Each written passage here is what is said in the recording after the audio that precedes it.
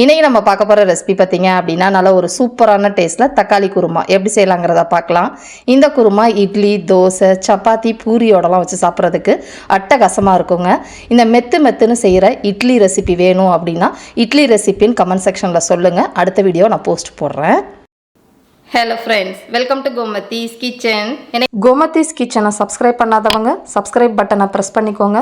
உடனுக்குடனே அப்டேட் வேணும் அப்படின்னா பக்கத்தில் இருக்க பெல் பட்டனில் ஆல்ங்கிற ஆப்ஷனை மறக்காமல் ப்ரெஸ் பண்ணி வச்சுக்கோங்க. இப்போ இந்த குருமா செய்கிறதுக்கு ஒரு சில சாமான்கள் நம்ம வதக்கி அரைக்க போகிறோம். அதுக்காக ஒரு 2 டீஸ்பூன் எண்ணெய் சேர்த்துருக்கிறேன்.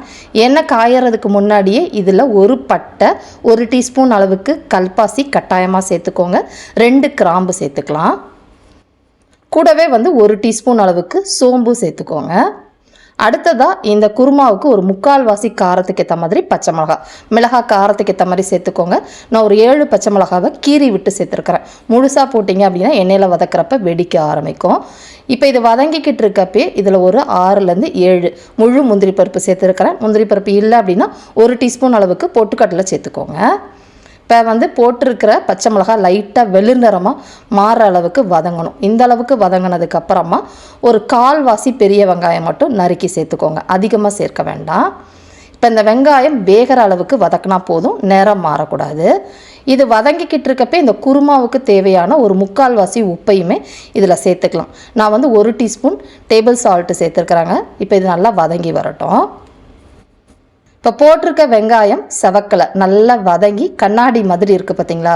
இந்த அளவுக்கு வதங்கினதுக்கப்புறமா ஒரு சின்ன மூடி தேங்காய் துருவி சேர்த்துருக்குறேன். மெஷரிங் கப்பில் சொல்லணும் அப்படின்னா துருவின தேங்காயோட அளவு ஒரு 1லேருந்து 1.25 கப் அளவுக்கு சேர்த்துட்டு ஒரு 5 நிமிஷம் மீடியம் ஃப்ளேம்லேயே வதக்கிக்கோங்க. இந்த தேங்காய் ஏன் வதக்குறோம் அப்படின்னா சீக்கிரம் குருமா கெட்டும் போகாது, அது மாதிரி தண்ணி தனியாக குருமா தனியாக பிரிஞ்சு வராது, அதுக்காக தான் வதக்கிக்கிறது. ரொம்ப செவக்க வதக்க வேண்டாங்க. அந்த ஈரப்பதம் போகிற அளவுக்கு வதக்கினதுக்கப்புறமா அடுப்பு ஆஃப் பண்ணிட வேண்டியதான். இப்போ இந்த சமயத்தில் இதை எடுத்து நல்லா ஆற வச்சுட்டுருங்க. இதை ஆறிக்கிட்டு இருக்க சமயத்துக்குள்ளே நம்ம குருமா செய்ய ஆரம்பிச்சிடலாம். இப்போ குருமா செய்கிறதுக்காக ஒரு பாத்திரத்தில் ஒரு 2 டீஸ்பூன் அளவுக்கு எண்ணெய் சேர்த்துக்கலாம். எண்ணெய் காஞ்சதுக்கப்புறமா இதில் தாளிக்கிறதுக்கு 1லேருந்து 1.25 டீஸ்பூன் அளவுக்கு கடுகு சேர்த்துக்கோங்க. இப்போ போட்டிருக்கிற கடுகு நல்லா பொரிஞ்சு வரட்டும். இப்போ இந்த அளவுக்கு பொரிஞ்சதுக்கப்புறமா கொஞ்சமாக கருவேப்பிலை இலைகளையும் போட்டு பொரிய விடுங்க. இப்போ அடுத்ததாக இதில் வெங்காயம் நல்ல பெரிய சைஸில் ஒரு பெரிய வெங்காயம் நீளமாக நறுக்கி சேர்த்துக்கோங்க. சின்னதாக இருந்தால் 2 போட்டு நல்லா வதக்கிக்கலாம். இந்த வெங்காயத்தை பொறுத்த வரைக்கும் பார்த்திங்கன்னா ரொம்ப நிறம் மாறி வதங்கக்கூடாது, வெந்தா போதும். இப்போ பார்த்தீங்கன்னா ஓரளவு நல்லா கண்ணாடி மாதிரி வெந்து வந்திருக்குது இல்லையா? இந்த சமயத்தில் இதில் ஒரு 1/2 டீஸ்பூன் அளவுக்கு இஞ்சி பூண்டு விழுது சேர்த்துக்கோங்க. ரொம்ப அதிகமாக சேர்க்க வேண்டாம். இப்போ இதோட பச்சை வாசனை போகிற அளவுக்கு வதக்கிக்கலாம். இப்போ எல்லாமே நல்லா வதங்கி இந்த அளவுக்கு வந்ததுக்கப்புறமா இதில் நம்ம தக்காளி பழம் சேர்த்துக்க போகிறோம்.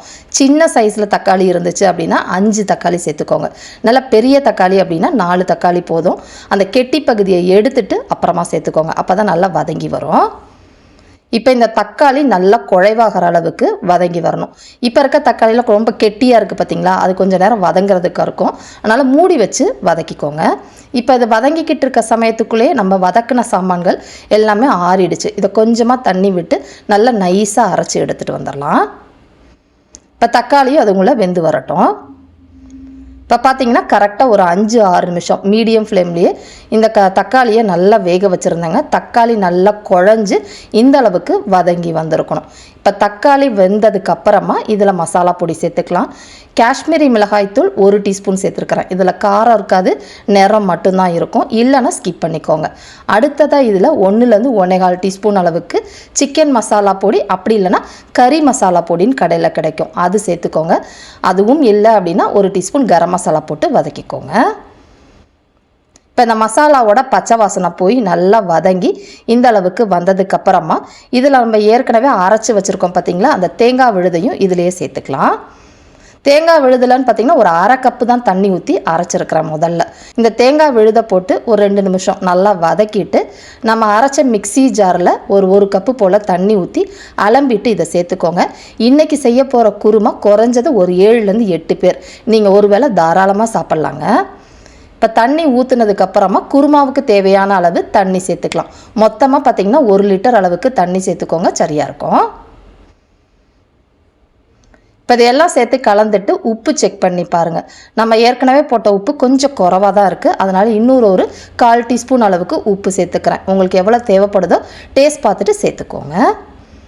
இப்போ இதையும் நல்லா கலந்து விட்டுட்டு ஒரு மீடியம் ஃப்ளேம்லேயே இதை நல்லா கொதிக்க விடுங்க. ஒரு 5 நிமிஷம் நல்லா கொதிச்சு வரட்டும்.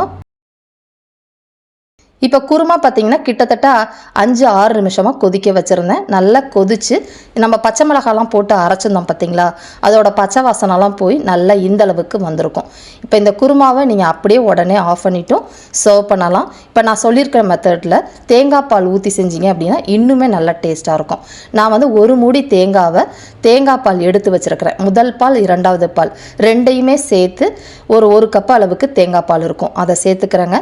தேங்காய் பால் ஊற்றி ரொம்ப நேரம் கொதிக்கக்கூடாது. கொஞ்சம் லைட்டாக நுர கட்டி மேலே வரும் பார்த்திங்களா, ஒரு கொதி ஆரம்பிக்கும். அந்த அளவுக்கு கொதிச்சா போதும். ரொம்ப நேரம் கொதிக்க வச்சா வாசனை நல்லா இருக்காது. கடைசியாக இதில் பொடியாக நறுக்கினா கொத்தமல்லி, வேணும்னா நீங்கள் புதினா தழை கூட சேர்த்துக்கலாம். நான் புதினா போடலைங்க. இந்த டைம் அடுப்பை ஆஃப் பண்ணிட வேண்டியதான். நல்ல ஒரு சூப்பரான குருமா ரெடி ஆகிடுச்சு. கட்டாயமாக ட்ரை பண்ணி பாருங்கள். ரொம்ப ஈஸியான ரெசிபி, செம்ம டேஸ்ட்டாக இருக்கும். இதே மாதிரி அளவுகளோட இந்த குருமாவை நீங்களும் செஞ்சு பாருங்கள். செஞ்சு பார்த்துட்டு எப்படி இருக்குது அப்படிங்கிறத கமெண்ட் பண்ணுங்கள். வீடியோ பிடிச்சிருந்தாலும் கமெண்ட் பண்ணுங்கள், லைக் பண்ணுங்கள், ஷேர் பண்ணுங்கள். மறக்காமல் கோமதீஸ் கிச்சன் சேனலையும் சப்ஸ்கிரைப் பண்ணி வச்சுக்கோங்க. Thanks for watching.